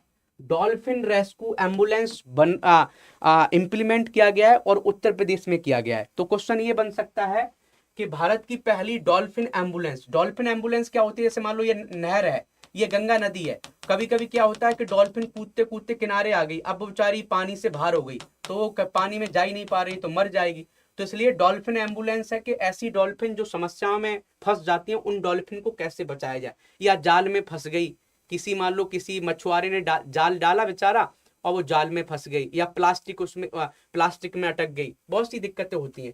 तो उत्तर प्रदेश सरकार ने डॉल्फिन एम्बुलेंस स्टार्ट की है, और ये कहां पर किया, अभी देखोगे गोंडा में 13 घंटे के चले एक ऑपरेशन में एक डॉल्फिन को बचाया गया। तो अभी गोंडा में एक डॉल्फिन को बचाया गया था गंगा नदी में, इसलिए न्यूज में था डॉल्फिन रेस्क्यू एम्बुलेंस। अब बोलोगे सर ये डॉल्फिन जो एम्बुलेंस है वो किसके तहत स्टार्ट किया गया है? स्वच्छ गंगा राष्ट्रीय मिशन के तहत इसको स्टार्ट किया गया है, ये आप लिख सकते हो। और गंगा की जो डॉल्फिन है उसको बचाने के लिए ये डॉल्फिन एम्बुलेंस स्टार्ट किया गया है। अभी आप देखोगे इसका आप देखोगे कि इंडिया का जो पहला डॉल्फिन एम्बुलेंस है, इसको कब लॉन्च किया गया? 13 जनवरी 2026 को लॉन्च किया गया। और किस कार्यक्रम के? नमाम गंगे कार्यक्रम के तहत राष्ट्रीय स्वच्छ गंगा मिशन का जो है उसी के अंदर इसको किया गया है। और आप देखोगे इसको डॉल्फिन को बचाने के लिए इसको किया गया है एक तरीके से मोबाइल आईसीयू है। जैसे आप देखोगे कोई पर्सन बीमार है तो उसको किस में रखते हैं? एम्बुलेंस में रखते हैं। ऐसे ही आप देखोगे, ऐसे ही डॉल्फिन को बचाने के लिए ये क्या किया गया है? डॉल्फिन एम्बुलेंस स्टार्ट किया है। आप देखोगे 4 महीने के भीतर आप देखोगे अभी तक 8 गंगा डॉल्फिन को बचाया गया है। तो ये आप मेंस में भी लिख सकते हो, ये क्वेश्चन आप लिख सकते हो कि हमारी जो डॉल्फिन एम्बुलेंस है वो कितनी कितनी सक्सेसफुल रही है अमित वर्मा जी, कि 4 महीने में इसको लॉन्च किया गया डॉल्फिन एम्बुलेंस को, और आप देखोगे कि 8 गंगा डॉल्फिन को बचाया गया। तो ये इतनी अच्छी केस स्टडी हो गई मेंस में लिखने के लिए। मेंस में कभी क्वेश्चन आता है कि उत्तर प्रदेश सरकार जैव विविधता को बचाने के लिए क्या कर रही है, तो आप भाई साहब डॉल्फिन एम्बुलेंस का जिक्र कर लो और बोल दो कि आप देखोगे कि पिछले 4 महीने में उत्तर प्रदेश सरकार ने डॉल्फिन एम्बुलेंस के तहत 8 डॉल्फिन को बचाया है। कितना अच्छा एग्जाम्पल होगा, कितने अच्छे आपको मार्क्स मिल सकते हैं। और यही चीज आपको सीखनी है कि करंट अफेयर को मेंस में कैसे यूटिलाइज करना है। आप हमारा पेड बैच ले लो, और आपको पता है कि पेड बैच जब लोगे तो कोड क्या लगाना है भैया? कोड आपको योगी लाइव लगाना है। योगी लाइव कोड आप लगा लीजिए, आपको डिस्काउंट मिल जाएगा। ठीक है, चलो भाई आगे चलते हैं। नेक्स्ट हम बात करते हैं अब Uttar Pradesh to roll out first ever north south highway corridor. तो उत्तर प्रदेश देख रहे हो नॉर्थ साउथ हाईवे कॉरिडोर बना रहा है। अब बोलोगे सर ये कैसे बन रहा है, थोड़ा हमें बता दो। तो आप देखोगे नॉर्थ साउथ कॉरिडोर कहां से बन रहा है? एक तो आप देखोगे कुशीनगर से गाजीपुर बन रहा है, और एक आजमगढ़ से प्रयागराज बन रहा है। तो ये मैप आपको दिख रहा है, मैप तो आप मैप में देखो, ये मैप यूपी का मैप बना लो। तो ये नॉर्थ हो गया और ये साउथ हो गया यूपी का। तो नॉर्थ साउथ ये आप देखोगे कुशीनगर से गाजीपुर, एक आप लिख लोगे कुशीनगर से गाजीपुर, एक तो ये बन रहा है। दूसरा आप देखोगे आजमगढ़ से कहां तक? प्रयागराज तक बन रहा है। एक नॉर्थ साउथ कॉरिडोर ये बन रहा है। तो दोनों को आप मैप पर दिखा सकते हो। तो नॉर्थ साउथ कॉरिडोर 2 कॉरिडोर बन रहा है। तो ये एक 295 किलोमीटर लंबा है और वो 220 किलोमीटर लंबा है। क्वेश्चन कोई पूछा जाए तो आप अच्छे से आप इसको लिख लेना, मैप के थ्रू रिप्रेजेंट कर सकते हो। कभी कभी क्वेश्चन ऐसा ही आता है कि उत्तर प्रदेश को एक्सप्रेस वे स्टेट कहते हैं, जिक्र करो। तो आप क्यों नहीं लिख पाओगे को उत्तर प्रदेश में लगभग 22 से 23 एक्सप्रेस वे हैं। आप जिक्र करो, गंगा एक्सप्रेस वे का जिक्र करो, समझ गए, पूर्वांचल एक्सप्रेस वे का जिक्र करो, समझ गया, बुंदेलखंड एक्सप्रेस वे का जिक्र करो, लखनऊ एक्सप्रेस वे का जिक्र करो, यमुना एक्सप्रेस वे का जिक्र करो। तो ये सब चीजें, अभी ये कॉरिडोर बन रहा है नॉर्थ साउथ हाईवे कॉरिडोर, इसका जिक्र करो। उत्तर प्रदेश में भाई साहब आप देखोगे एयरपोर्ट भी लगभग 24 के आसपास ये एयरपोर्ट हैं, और जिसमें 5 इंटरनेशनल एयरपोर्ट हैं। ये सब बातें तो जानते होगे ना। तो ये सब बातें, यही एग्जाम्पल आपके प्रीलिम्स मेंस में काम आती है कि जितनी नॉलेज आपके पास होगी उतना ही आप बेहतर आंसर लिख पाओगे। नहीं होगी नॉलेज तो आप मेंस में बेहतर नहीं कर पाओगे। चलो भाई आगे चलते हैं। तो इससे फायदा क्या होगा? एक तो क्षेत्रीय कनेक्टिविटी हमारी बेहतर होगी, दूसरा आर्थिक बढ़ावा मिलेगा कि तराई क्षेत्र को बुंदेलखंड क्षेत्र के आसपास जोड़ रहे हैं। सुरक्षा का पहलू भी बढ़ेगा क्योंकि भारत नेपाल सीमा एरिया है, तो वहां पर कनेक्टिविटी अच्छी होगी तो हमारा सुरक्षा पहलू भी बेहतर होगा, और यात्रा के समय में कमी आएगी। तो ये हमारे बेनिफिट्स हैं, हमने बेनिफिट्स भी बता दिए। तो इसलिए बेनिफिट्स कभी कभी पूछे जाते हैं कि कोई भी, जैसे मान लो यही क्वेश्चन आ जाए कि उत्तर प्रदेश सरकार अभी नॉर्थ साउथ कॉरिडोर बना रही है, नॉर्थ साउथ कॉरिडोर, तो उसका क्या महत्व होगा? तो सब महत्व आप लिख दोगे। एक तो क्षेत्रीय कनेक्टिविटी, आर्थिक बढ़ावा होगा, सुरक्षा पहलू बेहतर होगा, यात्रा के समय में कमी आएगी, ये लिख सकते हो। जॉब क्रिएशन भी लिख सकते हो कि जॉब क्रिएशन भी होगा। आगे चलते हैं। गवर्नमेंट ने अनाउंस किया है नेशनल पंचायत अवार्ड 2025। तो नेशनल पंचायत अवार्ड पहले कौन निकालता है? पहले तो ये आपको याद रखना है, ये मिनिस्ट्री ऑफ पंचायत निकालती है। यहाँ क्वेश्चन बन सकता है कि आप ये बताइए कि नेशनल पंचायत अवार्ड कौन निकालती है? तो मिनिस्ट्री ऑफ पंचायत निकालती है। और कितने अवार्ड दिए गए भैया? 42 पंचायत को अवार्ड दिए गए। अब बोलोगे सबसे ज्यादा कौन से राज्य को मिला है? कर्नाटक राज्य को मिला है। दूसरे नंबर पर कौन आया? आंध्र प्रदेश आया है। तीसरे नंबर पर कौन आया? उड़ीसा आया है। अब बोलोगे उत्तर प्रदेश की कोई पंचायत है जिसको कोई अवार्ड मिला है क्या? हाँ, उत्तर प्रदेश की एक पंचायत है केवल, बीराहरू ग्राम पंचायत, उसको अवार्ड मिला है। बस इतनी बातें आपको याद करना है, लिख लो, ये लिख लो भाई साहब कि उत्तर प्रदेश की कौन सी पंचायत है जिसको अवार्ड मिला है। तो आपको पता होना चाहिए बीराहरू ग्राम पंचायत है जिसको अवार्ड मिला है। ठीक है जी, चलिए भाई आगे चलते हैं।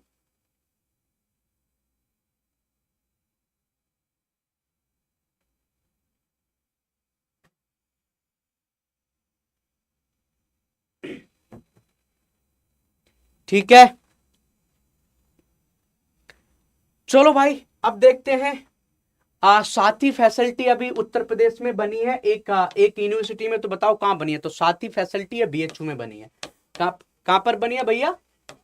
बीएचयू में बनी है। तो ये आपको याद रखना है, तो ये आपको लिखना है, याद कर लेना है। ठीक है, ठीक है। कहां पर बनी है साथी फैसिलिटी? तो union minister of science and technology doctor Jitendra Singh visited साथी साथी sophisticated analytical and technical help institute facility eight Banaras Hindu university.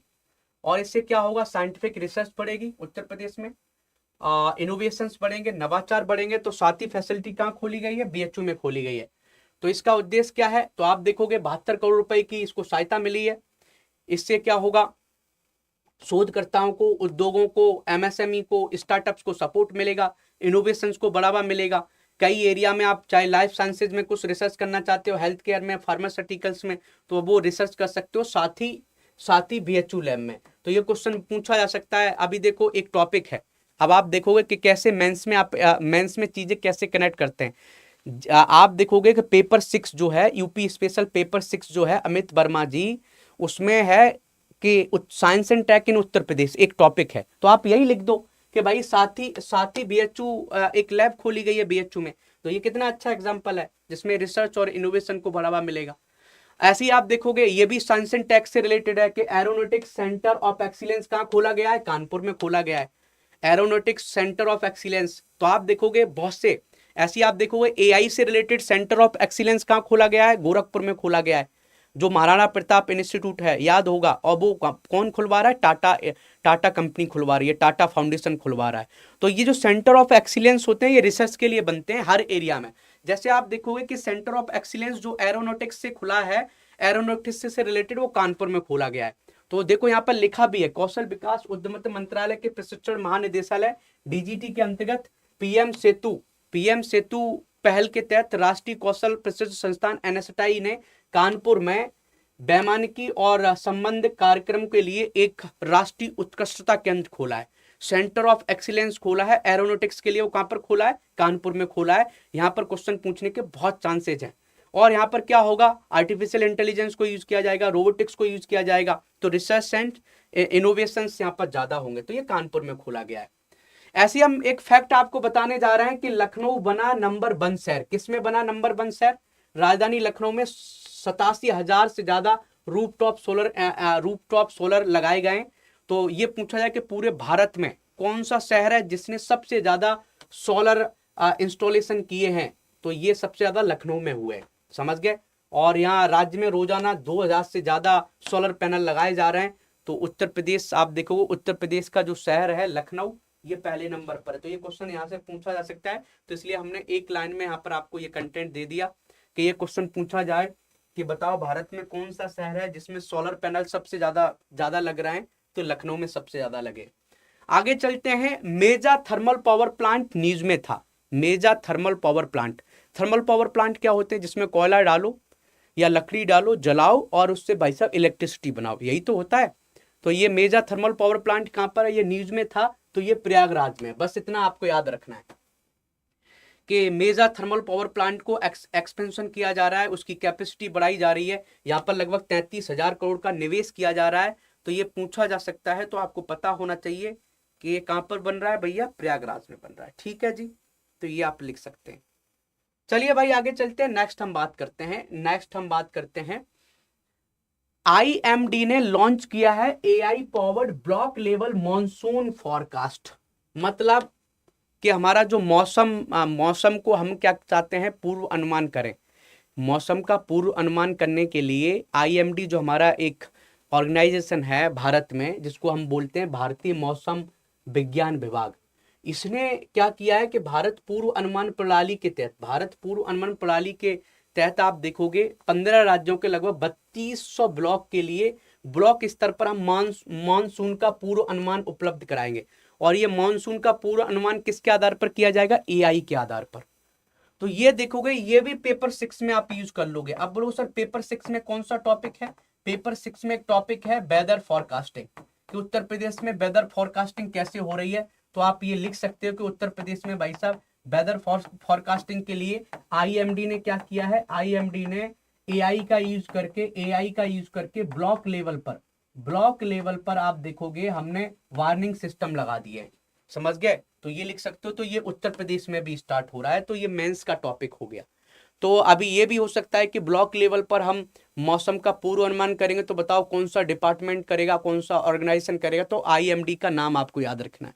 AI का यूज अब हर जगह हो रहा है, चाहे वो क्या बोलते हैं आप समझोगे, चाहे वो हेल्थ हो, चाहे वो एजुकेशन हो, हर एरिया में एआई का यूज हो रहा है। अब देखोगे जो एआई का यूज किया जा रहा है मौसम पूर्वानुमान में, इसके फायदे क्या होंगे? ब्लॉक स्तर पर हम पूर्वानुमान लगाएंगे, भारत पूर्व अनुमान प्रणाली को और बेहतर करेंगे, एआई संचालित होगी, ये कवरेज 15 राज्य और एक केंद्र शासित प्रदेश को किया गया है।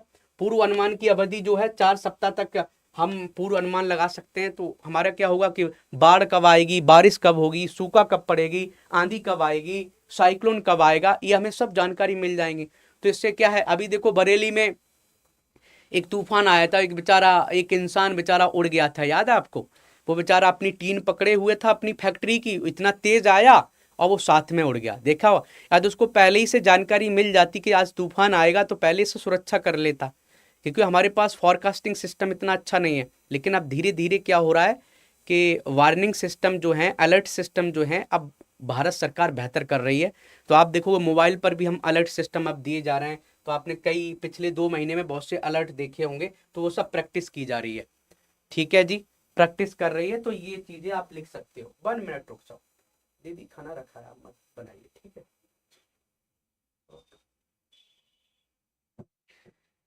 ठीक है जी, अब हम बात करते हैं आगे। लीड्स 2025 रिपोर्ट आई है। तो ये लीड्स क्या है? Logistic ease across different state. तो आप देखोगे लीड्स रिपोर्ट क्या बताती है कि लॉजिस्टिक्स में कौन सा स्टेट बेहतर कर रहा है। और ये लीड्स रिपोर्ट कौन निकालता है? Ministry of commerce and industry निकालता है, डीपीआईआईटी के द्वारा निकाला जाता है। तो आप देखेंगे इसमें किस किस की रैंकिंग आई है। तो देखो ये आपको याद रखना है कि लीड्स जो रिपोर्ट आई थी, लीड्स रिपोर्ट आई थी, उसमें कोस्टल एरिया में तमिलनाडु की पहली रैंक आई है। लैंड लॉक्ड राज्यों में आप देखोगे उत्तर प्रदेश की रैंक पहली आई है। नॉर्थ ईस्ट राज्यों में मिजोरम की पहली रैंक आई है। यूनियन टेरिटरी में दिल्ली की पहली रैंक आई है। लिख लोगे भाई। हाई परफॉर्मर कौन रहा है ये आप लिख लोगे, एक्सीलेटर कौन रहा है ये आप लिख लोगे, ग्रोथ सीकर कौन रहा है। तो एग्जाम्पलर्स में आप ये देख लेना, ठीक है? तो लैंडलॉक्ड स्टेट में उत्तर प्रदेश लॉजिस्टिक्स में बेहतर कर रहा है। तो जो लीड्स रिपोर्ट आई है ना, लीड्स रिपोर्ट लॉजिस्टिक्स की रिपोर्ट है ये। तो logistic is across different state, LEADS report. इसमें उद्योग और आंतरिक व्यापार संवर्धन विकास डीपीआईआईटी निकालता है। तो तमिलनाडु, उत्तर प्रदेश, मिजोरम, दिल्ली को एग्जाम्पलर्स के रूप में नामित किया गया, जिससे वे पूरे भारत में सबसे बेहतरीन प्रदर्शन करने वाले क्षेत्र बन गए।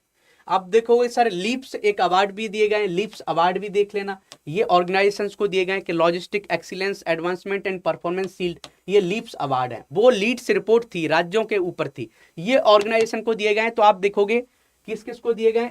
एयर फ्रेट में हम बात करें, एयर फ्रेट में दिया गया है फेडेक्स एक्सप्रेस को दिया गया है। मैरीटाइम फ्रेट में एमएससी एजेंसी इंडिया लिमिटेड को दिया गया है। रोड फ्रेट में सेफ एक्सप्रेस प्राइवेट लिमिटेड को दिया गया है। रेल फ्रेट में डीपी वर्ल्ड रेल लॉजिस्टिक को दिया गया। ई कॉमर्स में डिलीवरी लिमिटेड को दिया गया है। वेयर हाउसिंग में टीवीएस इंडस्ट्रियल लॉजिस्टिक पार्क को दिया गया है। समझ गए? इनोवेशन में मैचलॉक सॉल्यूशन प्राइवेट लिमिटेड को दिया गया है। तो ये देख रहे हैं लीप्स अवार्ड भी दिए गए, लीप्स अवार्ड भी दिए गए, ये भी आप लिख सकते हो। ठीक है जी, लिखो आप किस किस को कौन कौन से अवार्ड दिए गए। यहाँ क्वेश्चन पूछने के चांसेस बढ़ जाते हैं, तो हमने आपको बता दिया है चीज। चलो भाई आगे चलते हैं, नेक्स्ट हम बात करते हैं। अब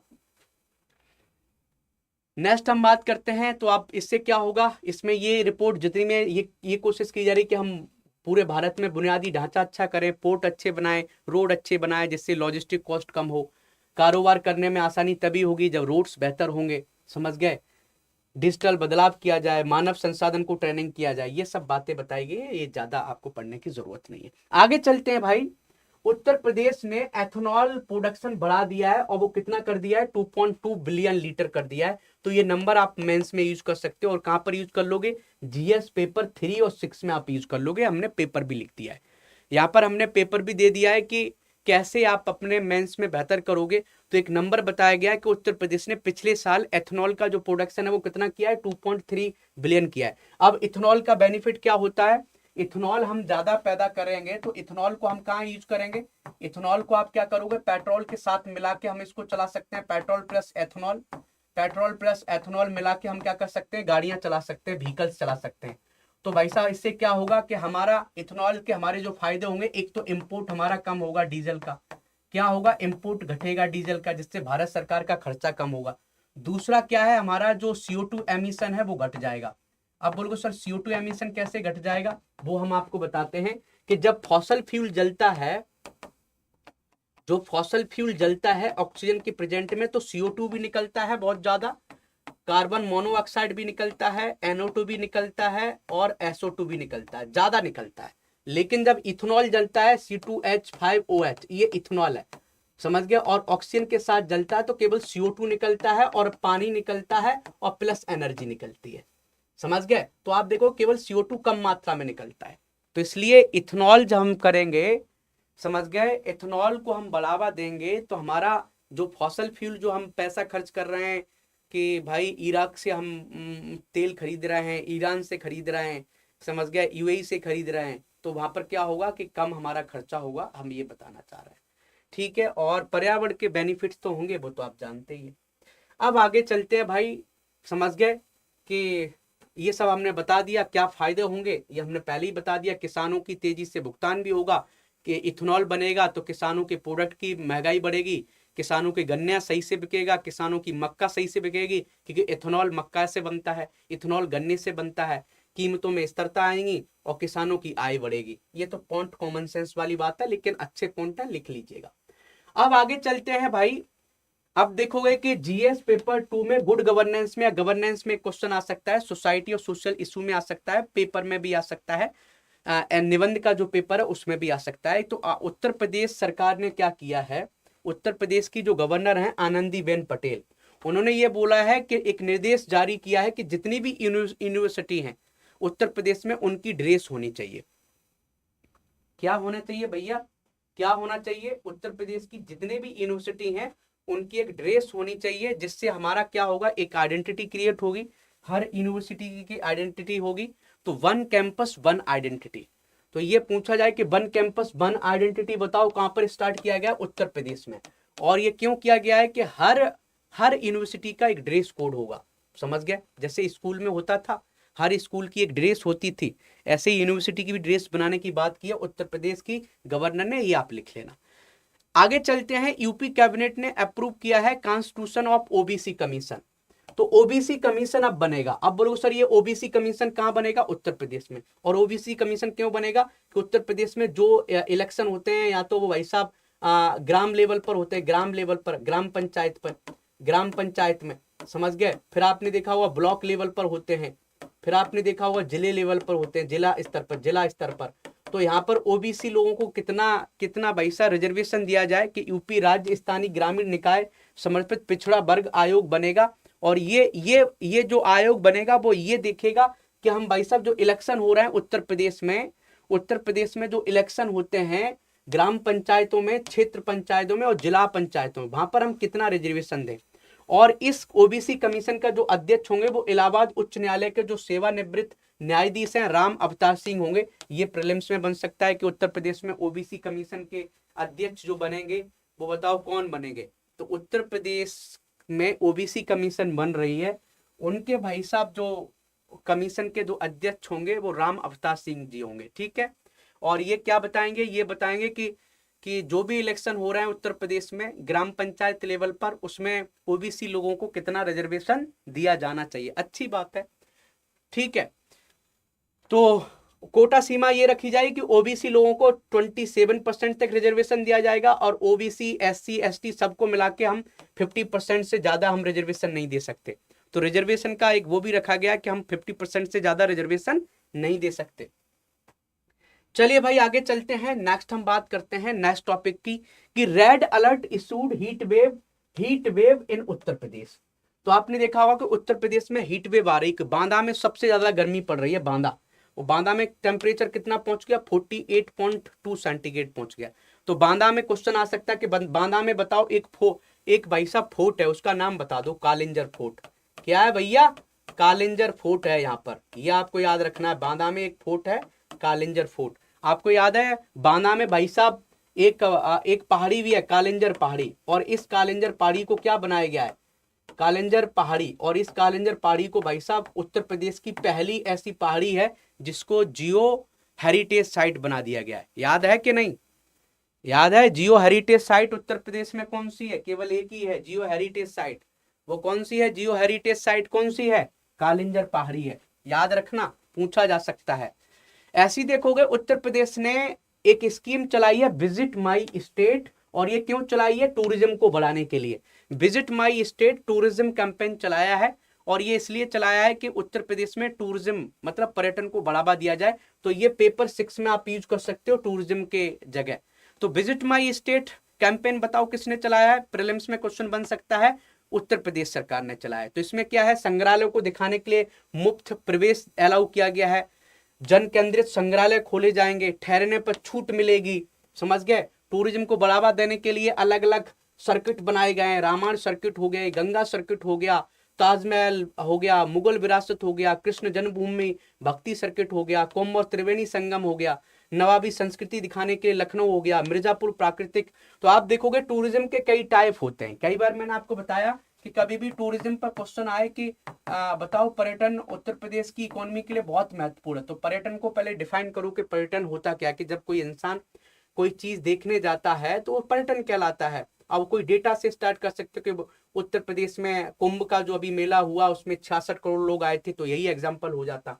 तो आप देखोगे टूरिज्म कई तरीके का होता है। एक तो भाई साहब टूरिज्म होता है रिलीजियस टाइप का, रिलीजियस टूरिज्म के लोग क्या होते हैं, धर्म के कारण घूमने जाते हैं, धार्मिक कारण, धार्मिक पर्यटन आप लिख सकते हो। इसको हिंदी में क्या लिखेंगे, धार्मिक पर्यटन। आप बोलोगे सर धार्मिक पर्यटन का एक एग्जाम्पल दे दो। धार्मिक पर्यटन का सबसे अच्छा एग्जाम्पल है भाई साहब, अभी जो लोग अयोध्या घूमने जा रहे हैं, राम मंदिर घूमने, तो ये धार्मिक पर्यटन है अयोध्या। दूसरा जो पर्यटन का टाइप होता है वो होता है कल्चरल टूरिज्म। अब बोलोगे सर कल्चरल टूरिज्म का कोई एक एग्जांपल दे दो। भाई साहब लोग एग्जांपल ताजमहल घूमने जा रहे हैं, ये कल्चरल एक वो है, ताजमहल घूमने जा रहे हैं, या लखनऊ में भाई साहब खाना खाने जा रहे हैं। आप बोलोगे सर और भी कितने टाइप होते हैं, इको टूरिज्म मतलब पर्यावरण को देखने लोग जा रहे हैं, तो उसको क्या बोलते हैं, इको टूरिज्म। जैसे हम बात करें इको टूरिज्म का बहुत अच्छा एग्जांपल है दुधवा नेशनल पार्क, जो लोग घूमने जा रहे हैं, दुधवा नेशनल पार्क को जो लोग घूमने जा रहे हैं। और देखोगे मेडिकल टूरिज्म भी होता है, मेडिकल पर्यटन भी होता है। मेडिकल पर्यटन क्या होता है कि लोग इलाज कराने भी जाते हैं और घूम भी लेते हैं। जैसे आप देखोगे अफ्रीकन सिटीजन्स यहाँ आ रहे हैं, अभी देखो अफ्रीकन सिटीजन्स इंडिया आ रहे हैं। तो आपने देखा होगा कि अभी देखो आग लगी थी एक मालवीय नगर में, वहां पर अफ्रीकन लोग 10-11 जल गए थे। वो क्यों आए थे, वो मेडिकल टूरिज्म था। और भी टूरिज्म के टाइप होते हैं, आपने देखा हुआ माइनिंग टूरिज्म भी होता है। माइनिंग टूरिज्म मतलब खनिज टूरिज्म, कि लोग माइनिंग देखने जाते हैं कि माइनिंग कैसे हो रही है, ये झारखंड में है माइनिंग टूरिज्म। मेरी बात समझ गए, कितने लोगों को समझ में आ गया। तो कभी कभी क्वेश्चन ये आ जाता है कि टूरिज्म पर क्वेश्चन आता है तो कल्चरल टूरिज्म, इको टूरिज्म, समझ गए, या माइनिंग टूरिज्म। और भी टूरिज्म के टाइप होते हैं बहुत से, और भी आप देखोगे माइनर लेवल पर जाओगे तो डिफरेंट टाइप के टूरिज्म होते हैं। लेकिन मेनली आप इतना भी हेडिंग लिख के आ जाओगे तो भी आपको अच्छे मार्क्स मिल जाएंगे। हर किसी का एग्जाम्पल लिख दो, समझ गए, ठीक है जी। चलो भाई आगे चलते हैं। अभिषेक यादव जी कमेंट कर रहे हैं, content seems to be super good, what a teacher, thank you. Abhishek Yadav ji आप तो हमारे पुराने स्टूडेंट हो, आज इतने शॉक्ड क्यों हो रहे हो? आप तो कितनी महीनों से हमारा कंटेंट देखते हुए आ रहे हो, काहे इतनी है? चलो आगे चलते हैं। नेक्स्ट हम बात करते हैं वन डिस्ट्रिक्ट वन डिश।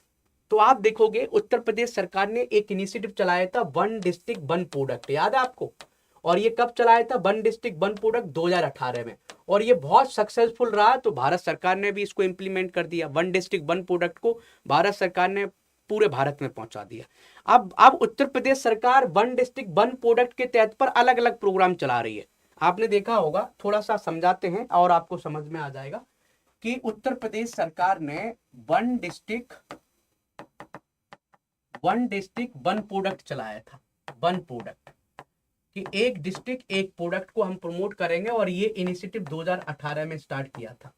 समझ गया? इसके तहत हर डिस्ट्रिक्ट से एक प्रोडक्ट को प्रमोट किया था, बहुत सक्सेसफुल रहा था। और ये भारत सरकार ने भी इम्प्लीमेंट कर दिया। भारत सरकार ने बहुत प्रेज की और भारत सरकार ने पूरे भारत में इम्प्लीमेंट करवा दिया। अब यूपी ने इसी के तर्ज पर बहुत सी इनिशिएटिव चला दिए। आपने देखा होगा वन डिस्ट्रिक्ट वन वेटलैंड, पढ़ा है कि नहीं? वन डिस्ट्रिक्ट वन वेटलैंड, एक राज्य एक जिला एक वेटलैंड, ये चलाया है। ये क्यों चलाया है? आर्द्र भूमि को बचाने के लिए। फिर आपने देखा होगा one district one dish, one district one dish मतलब एक जिला एक व्यंजन, कि जो भी हर डिस्ट्रिक्ट का कोई अच्छा व्यंजन होगा, फेमस होगा, जैसे आगरा का पेठा है, समझ गए? या one district one cuisine, Agra का पेठा फेमस है तो आगरा का पेठा बेच दो। मथुरा का मान लेते हैं कि भाई साहब मथुरा का पेड़ा वो फेमस है तो वो कर दिया।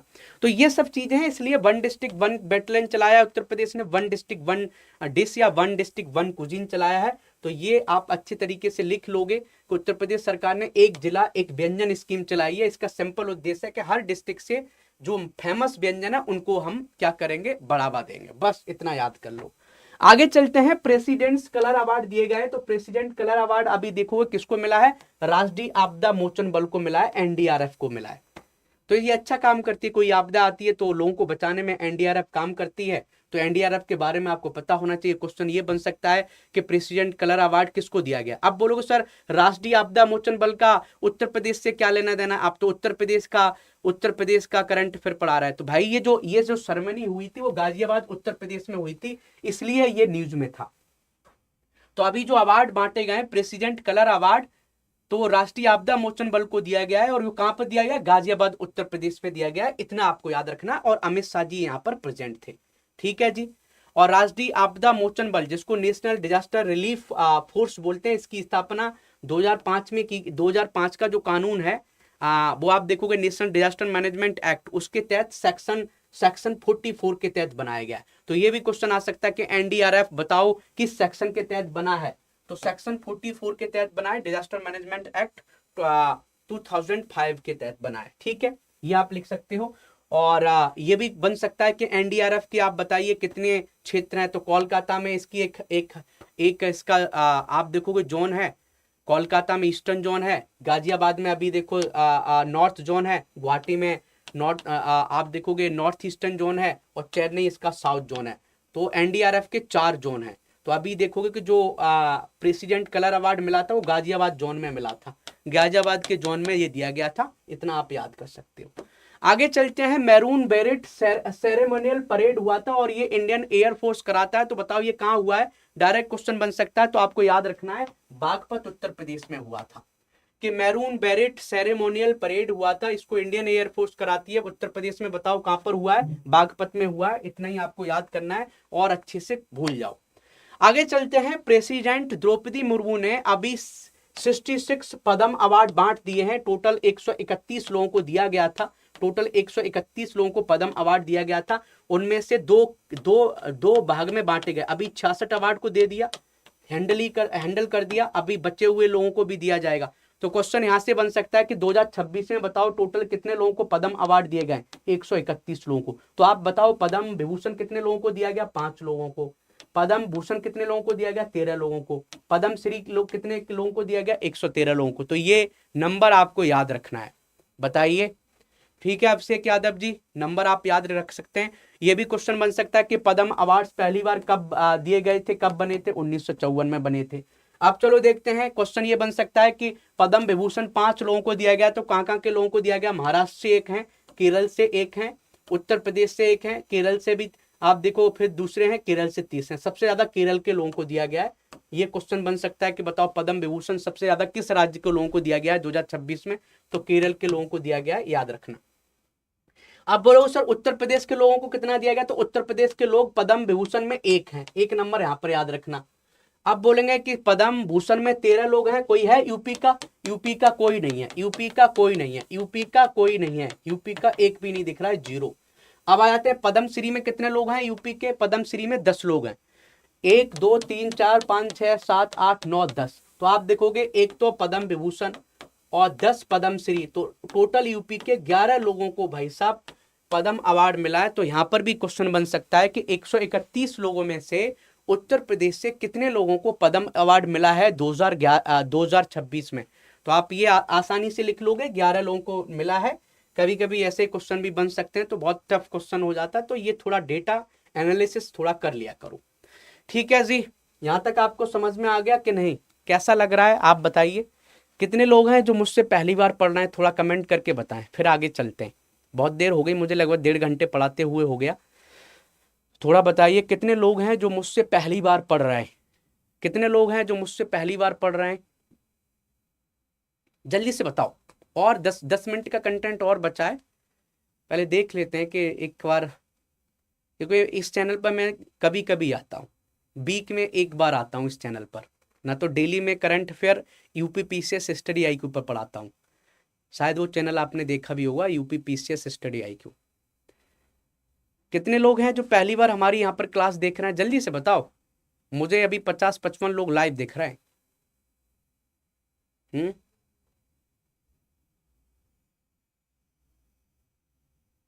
अच्छा, आरोही जी हैं, प्रतिमा तिवारी जी हैं, ओके। वो लोग सर ऐसे लिख दो फर्स्ट टाइम, जो लोग फर्स्ट टाइम है वो लिख दो first time, first time, first time, ऐसे करके लिख दो।